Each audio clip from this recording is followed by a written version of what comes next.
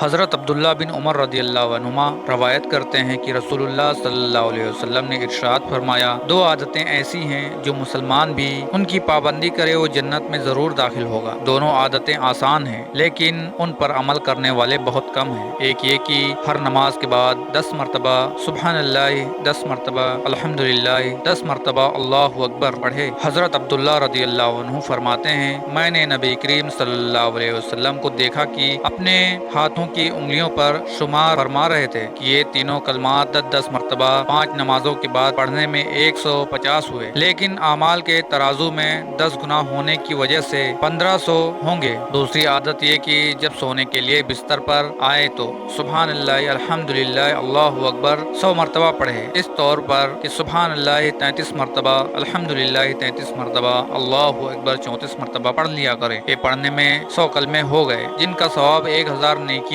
ہوں گی۔ اب ان کی اور دن بھر کی نمازوں کے بعد کی کل میزان 2500 نیکیاں ہوں گی۔ آپ صلی اللہ علیہ وسلم نے ارشاد فرمایا، دن میں 2500 گناہ کون کرتا ہوگا؟ یعنی اتنے گناہ بھی نہیں ہوتے اور 2500 نیکیاں لکھ دی جاتی ہیں۔ حضرت عبداللہ رضی اللہ عنہ نے پوچھا، یا رسول اللہ صلی اللہ علیہ وسلم، یہ کیا بات ہے کہ ان عادتوں پر عمل کرنے والے آدمی کم ہیں؟ نبی کریم صلی اللہ علیہ وسلم نے ارشاد فرمایا، یہ اس وجہ سے کہ شیطان نماز میں آ کر کہتا ہے کہ فلاں ضرورت اور فلاں بات یاد کر، یہاں تک کہ اس کو انہی خیالات میں مشغول کر دیتا ہے تاکہ ان کلمات کے پڑھنے کا دھیان نہ رہے، اور شیطان بستر پر آ کر سلاتا رہتا ہے یہاں تک کہ ان کلمات کو پڑھے بغیر ہی سو جاتا ہے۔